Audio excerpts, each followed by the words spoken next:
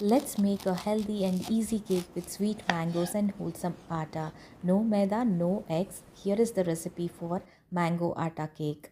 The ingredients are shown on your screen. In a bowl, add the mango pulp with sugar and add oil and milk. Whisk until everything comes together. Now sift in whole wheat flour, baking powder, baking soda and a pinch of salt. Don't overmix the batter and add some cardamom powder and chopped nuts. Pour the batter into a lined cake tin and tap to level it out. Bake in a preheated oven at 180 degrees for about 30 to 35 minutes. Once done, let it cool slightly, then slice into the soft, moist mango cake. Perfect for tea time or a sweet summer treat. Enjoy every bite. Super simple, isn't it? You need to just blend mango mix with sugar, oil and milk, fold in atta and baking powder, baking soda, then pour into a tin and bake at 180 degrees C until soft and fluffy.